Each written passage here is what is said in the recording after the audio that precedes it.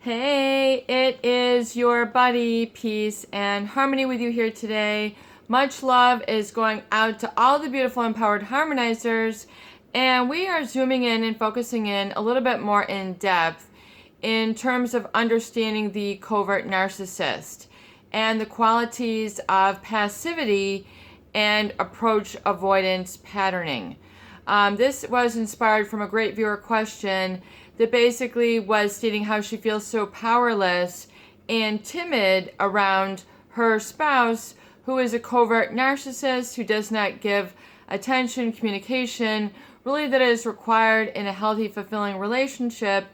And really, how do you understand or how do you cope with this? So one thing we need to understand about a covert narcissist, someone who has a pathological sense of self-importance or self-preservation, meaning that they will violate others through a lack of empathy and a violation of boundaries on the withdrawal sense. So there is a passivity and really a violating of a boundaries outward, if you will. And so your boundaries mean where you meet somebody other respect-wise, their personal space, their feelings are encompassed in their body, their physical body, their physiology, and then their emotional bodies. So when you interact, your emotions are always at play. Your emotions are the foundation, really, of your thought process. It really, when we get right down to the root of it, and if you look at your own beliefs and values, which in the healing process and working through these relationships, you need to become aware of the subtle bodies, the subtle emotional changes that take place in you physiologically, and get to know your own values and your own beliefs. And you can only get to know this through asking.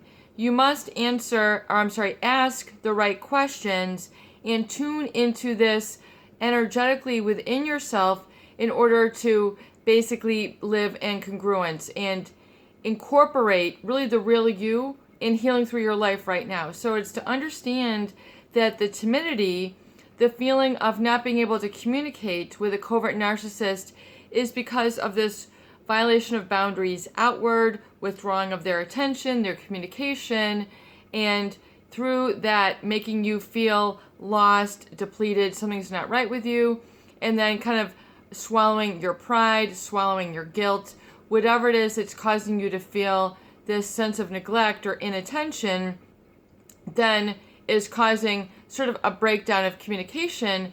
But furthermore, the passivity and the approach avoidance, meaning they'll kind of be there but not really follow all the way through with a clear-cut communication style, because they will shut you down through inattentiveness.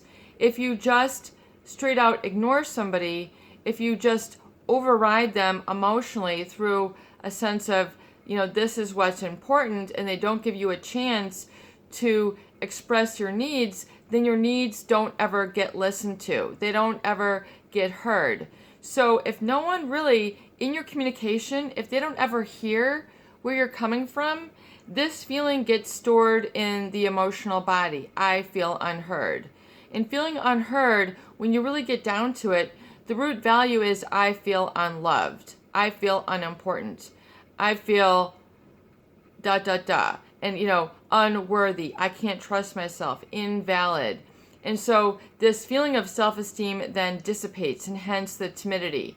And so and a covert narcissist is sort of passive, meaning they're not very assertive and very sort of outwardly communicative of what we call active listening, meaning I understand what you're feeling. I understand what you're going through.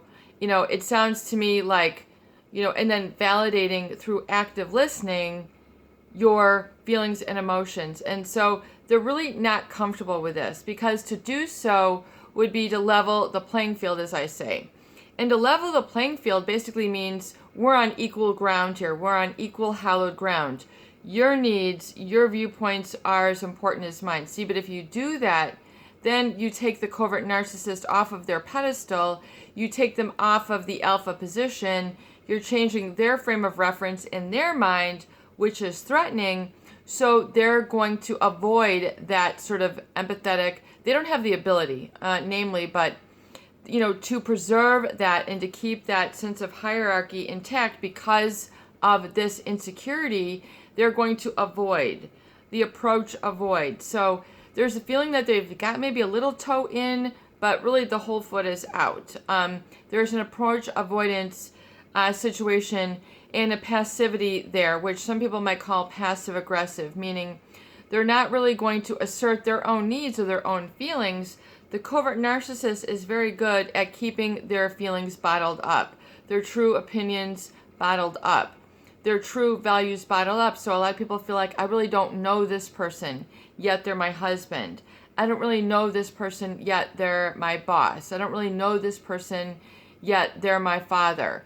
You kind of only get sort of a sliver or sort of just what seems to be kind of a superficial glimpse of who they are. But, the problem is that they keep a lot of this to themselves.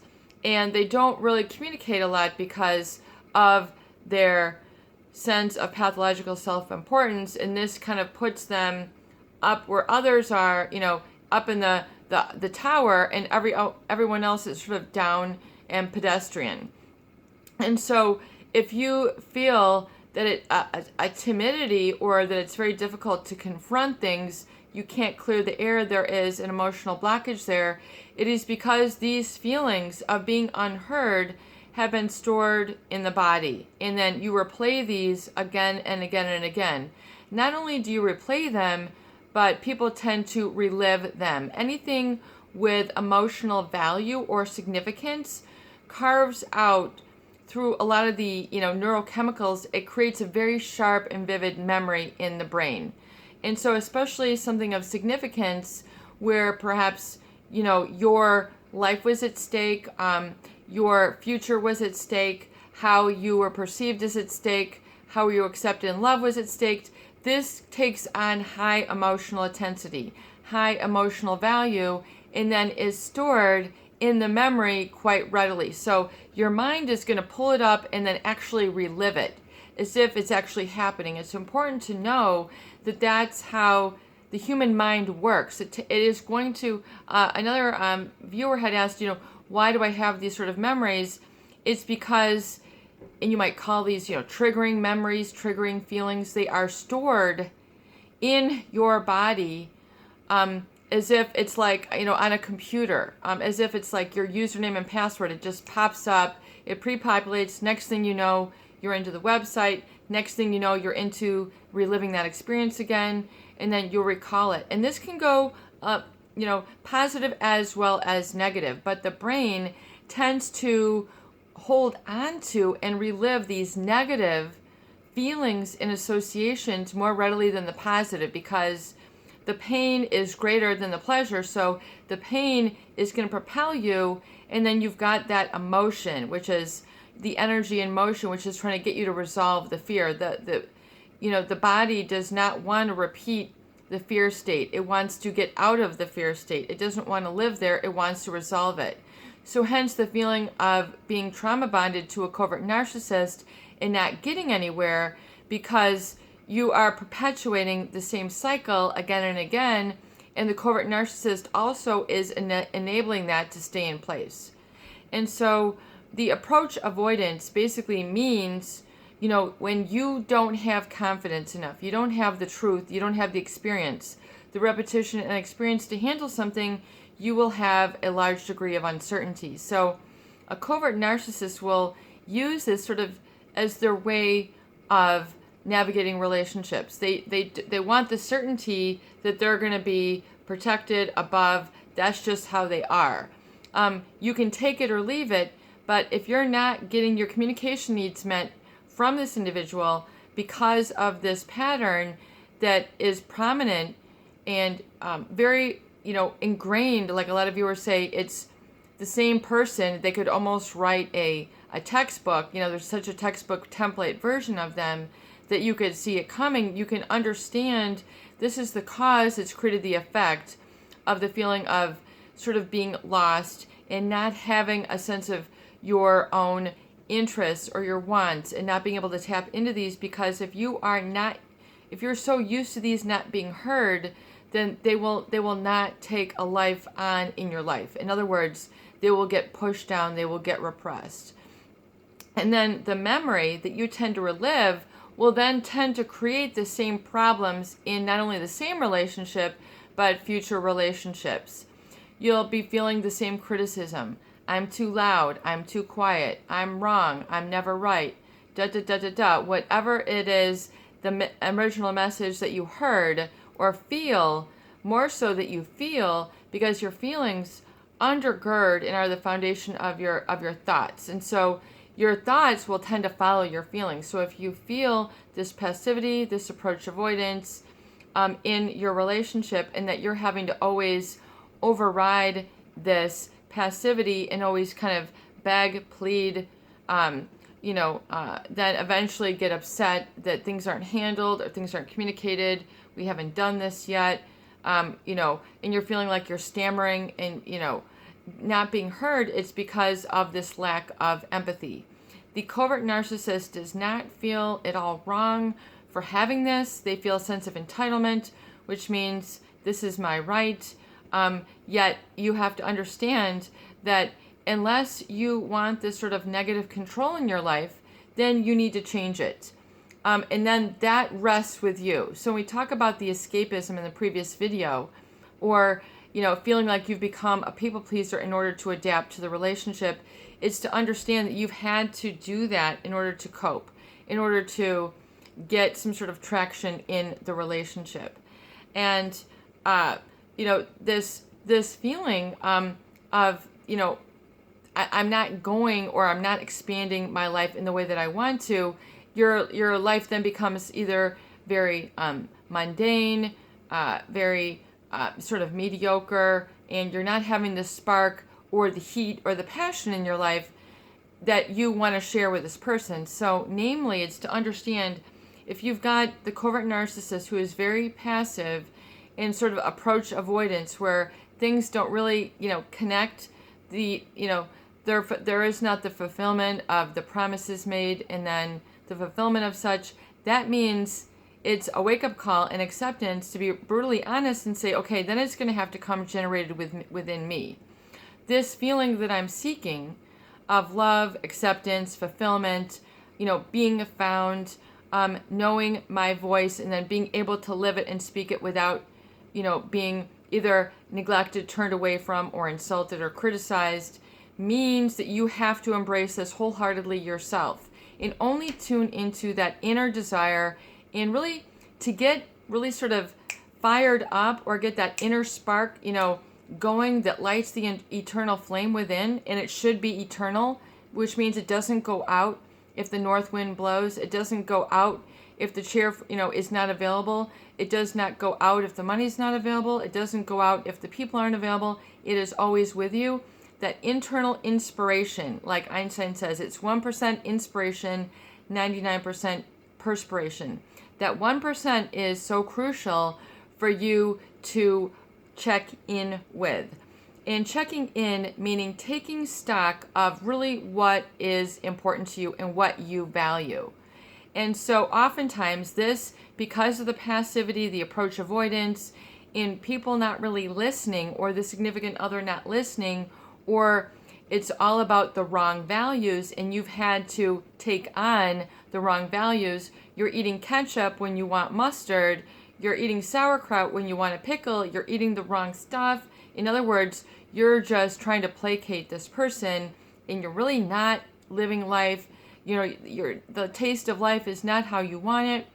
It is to understand that is the why that has caused this effect. So you need to really tune out really all those messages and those inputs and really focus on the feeling within and really take stock, checking in with yourself in terms of what do you really value.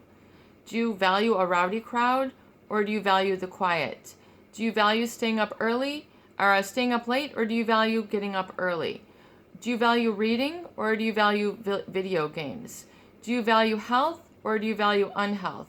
And check in with your values and list at least 10 values that you can think of right now things that you really appreciate in life. And these can be just really concepts of what I value affection. Am I getting it? I value peace and quiet. Am I getting it? I value a rowdy, talkative, social life. Am I getting it? I value being able to maintain my own credit score. Am I getting it?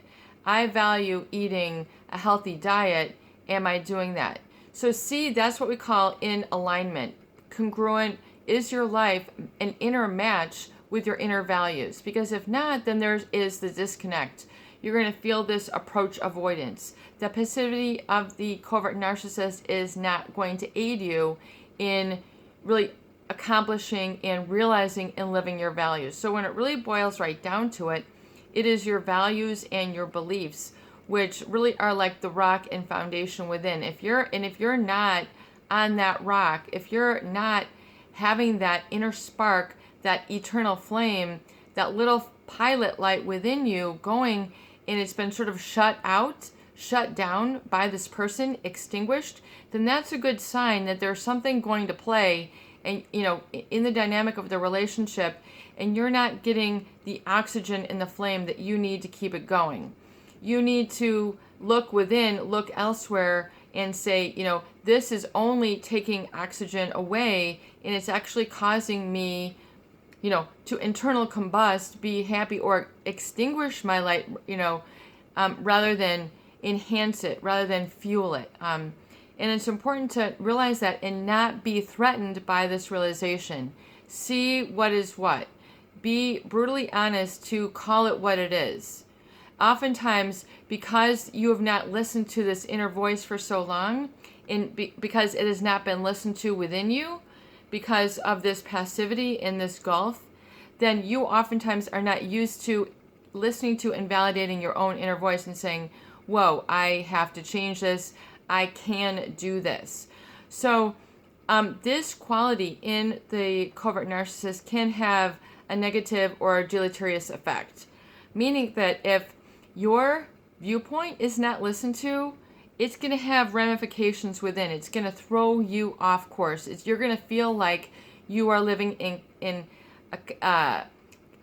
cognitive dissonance, meaning you really value one thing, but you're doing another. If you love animals and greenery and fresh air, but you're living in the city, you're going to have a disconnect. Your life, you've kind of gone over there a little bit wayward. And so and oftentimes, you people had let go of what they really enjoyed, what they really valued, what really gave them that sense of connection in order to keep a connection with another. So no matter where this began in your life, oftentimes it's caused in childhood. Really, that's where a lot of this stuff begins, is to understand the cause has created this effect, this pattern, and this sort of why it's caused the timidity within, and why you then allowed this to perpetuate, because this became a pattern that was engraved through a very strong emotional searing into your mind, a very strong imprinting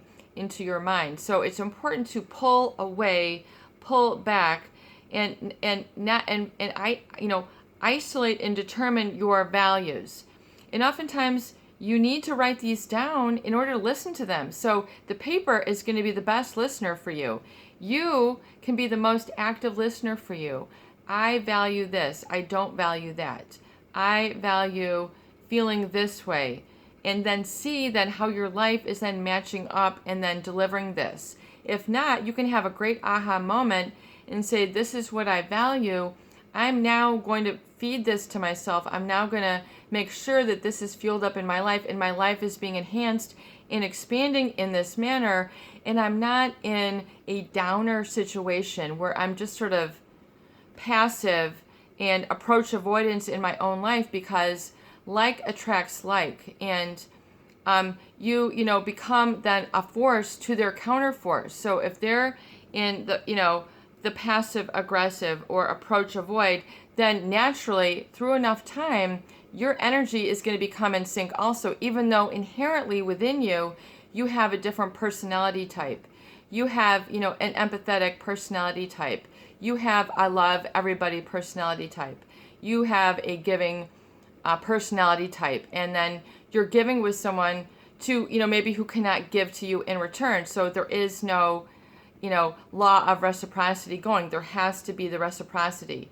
But then if you've stayed in that lack mentality where, things are so awry that you're now fighting, you're now tuning each other out, da da da da da da da, and it's been this way, and then, next thing you know, you've got a big issue on your hands. It's because you have embraced that lack mentality within yourself for so long, and you have become disconnected to what you truly value, so your life is not mirroring and causing you to fall into place in alignment, in congruency, in harmony with your inner values. In other words, you're not going for the prize. You don't know what the prize is. So oftentimes you have to identify this, check in with yourself, and then be rigorously honest. Say, this is where I fell down. This is where I got hovered back. This is where I backslided. Here's where I made the mistake. I have courage enough to change it, and I'm okay with changing it. I have the ability to discipline and say, okay, no to this, yes to this. This is not my truth. That is a falsehood. That was my falsehood. And then see how perhaps there was specific just amounts of time where that occurred. But now, moving forward, once you're out of the fear, you can free up the part of you that can visualize and have the ability to look forward, dream, plan, and then be able to cause these to, become reality. It is, you can only really plan and move forward once you're out of that fight or flight and you're in a peaceful body where you can then really have things settled and be in alignment. So it's a shift of energy that you'll be looking for. You have to give it to yourself where you come really sort of into your own energy in a very cool, calm, collected manner, and take a moment and say, and what do I really value? And look at those things and at least have 1 through 10, 1 through 20 of what you really value. Is it human connection? Is it alone time? Is it having a group? Is it travel? Is it exercise? Is it spirituality? Is it productivity? Is it financial wealth?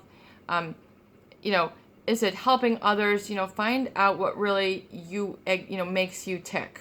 And because if you've been around with others who have not helped to ignite that, then you must reignite it now and then write it down. Because once you write it down, it'll be like your own inner voice, with a megaphone. I value this. I value health.